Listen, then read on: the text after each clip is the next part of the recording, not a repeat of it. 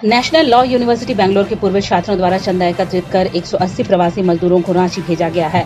आज सुबह यह विमान रांची के बिरसा मुंडा हवाई अड्डे पर पहुंचा। हवाई अड्डे पर इन सभी प्रवासियों का स्वागत किया गया। इस सराहनीय और मानवीय कार्य के लिए सभी छात्रों और उनके सहयोगियों का आभार और धन्यवाद दिया जाना चाहिए।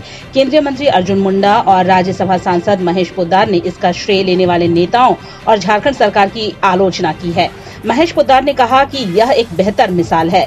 उन्होंने ट्वीट कर कहा, इच्छा रखना, काम करना और काम का श्रेय लेना अलग अलग चीजें हैं। दो अखबारों की ये दो खबरें बता रही हैं किसने क्या किया, किसने श्रेय लिया। बिना कुछ किए श्रेय लेना काम करने वालों का हक छीनने जैसा है। हमारे लोग आए, बड़प्पन इसमें है कि जिन्होंने भेजा उन्हें धन्यवाद दे। इस पर राजनीति नहीं होनी चाहिए। कौन क्या कर रहा है और किसने क्या किया है यह सभी को मालूम है। हम भी यह जानते हैं कि कैसे नेशनल लॉ यूनिवर्सिटी के छात्रों की पहल पर स्पेशल विमान किराए पर लिया। इतना ही नहीं, हजारीबाग रांची के प्रवासी मजदूरों को उनके पैतृक राज्य झारखंड तक पहुंचाया। उन्होंने कहा कि मुख्यमंत्री हेमंत सोरेन से भी नेशनल लॉ यूनिवर्सिटी के छात्रों ने संपर्क स्थापित कर उनके प्लान की जानकारी दी थी।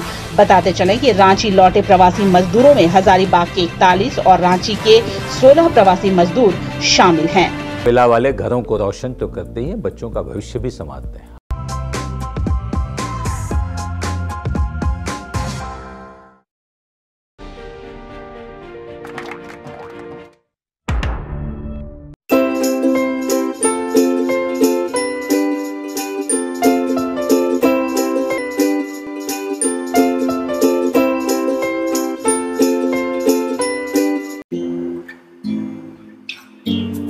हर घर चुपचाप से ये कहता है, अच्छा लगता है जब सब कोई अंदर रहता है।